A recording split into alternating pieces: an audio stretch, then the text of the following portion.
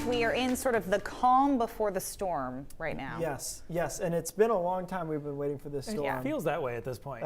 Because also there's no weather in between. That was another factor. Big almanac moment, by the way, guys. I just did this because I forgot about it until moments ago. Daylight increase, 1 minute tomorrow. Look at that, that's great. In Portland, no increase for you.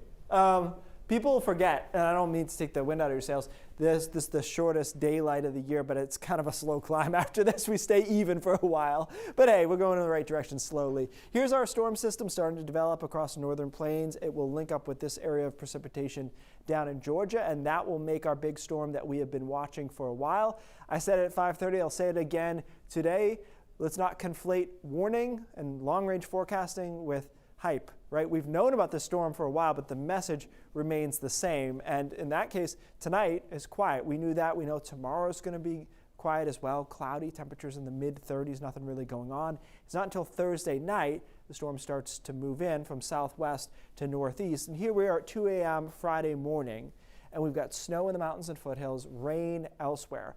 One thing that has changed a little bit is that it's gotten a little bit colder in the mountains, which is good news for them. You really didn't want to melt all that snow at once, and so it's going to snow a little bit longer there. The rest of us rain right from the onset through the entire storm. Friday morning's pretty rough over the southern coast of Maine and into the coast of New Hampshire. We've got heavy rain, heavy winds. That moves into the mid-coast through about the middle of the day or so, then into down east Maine in the afternoon. And this storm is quick moving. That is one saving grace here, is it's out of here by Friday night. But watch these temperatures.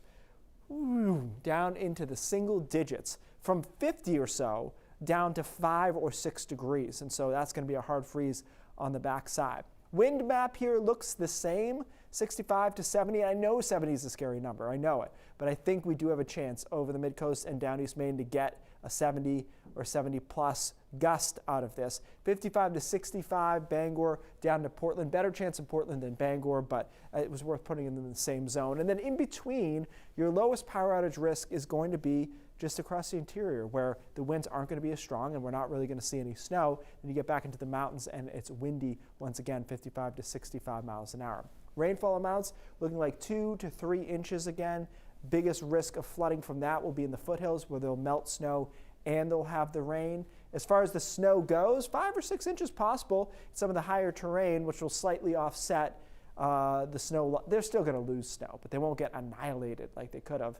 It looked like a couple of days ago they were going to lose a lot of snow. Coastal flood watch in effect too. High tide 10:16 a.m. on Friday.